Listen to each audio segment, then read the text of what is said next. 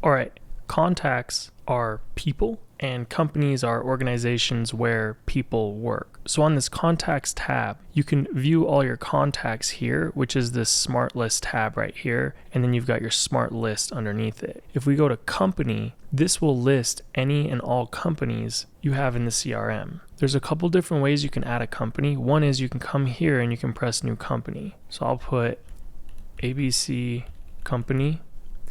And you can fill the rest of this stuff out if you like, but all you need is a name.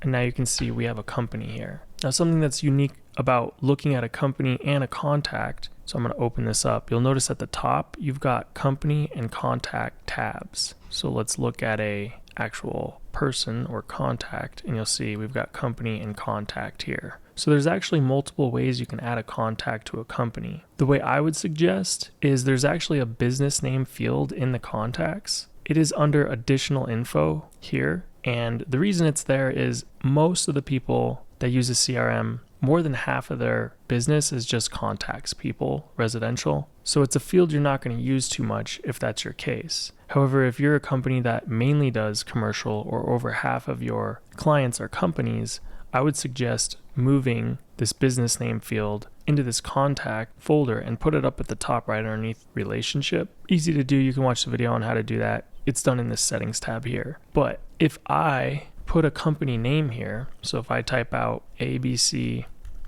company, it's going to add this contact to the company. So I'm going to press save. And now if I click this company tab, you'll see it lists the company that this contact works at. And if I go to companies here and I click at this company, you'll see it says that one contact is associated with this company. And if I click here, I'm going to see all the contacts associated with this company. Another thing you'll notice if I go back to the smart list here, you'll see underneath the contact's name is the company name. And that's how I would suggest adding contacts to companies as well as creating new companies. So I'm going to click on this fake 8 right here. And I'm going to come down to the business name and add a new company. I'll just call it example company.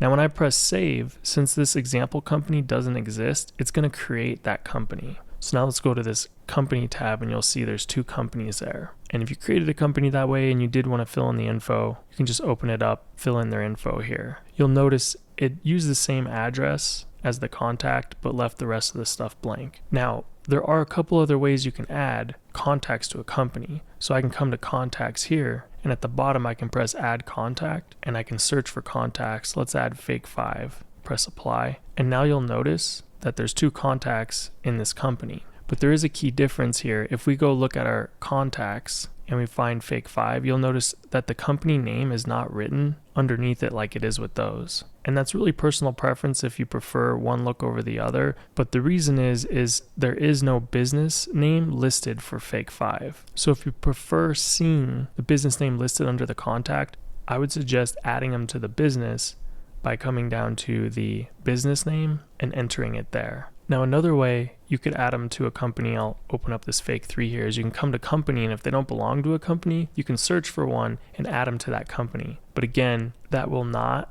fill this field out, so when you look at the contacts, you won't see the business name listed underneath there. So if that's how you prefer it, then I would choose one of those ways to add contacts to companies. Personally, I prefer and recommend just always use the business name to add contacts to companies. And you just have to be careful to spell it the same way. It's not case sensitive. So you'll notice our company, ABC is all capitalized, but I can go into, say, fake 1 right here. I'll come down to business name and put ABC company, press save, and it will actually still put it under ABC company, but it did do one thing. If we go to our company, it's going to change it to the last capitalization that you used. So you'll notice those are small now, but you'll see the contacts still work there.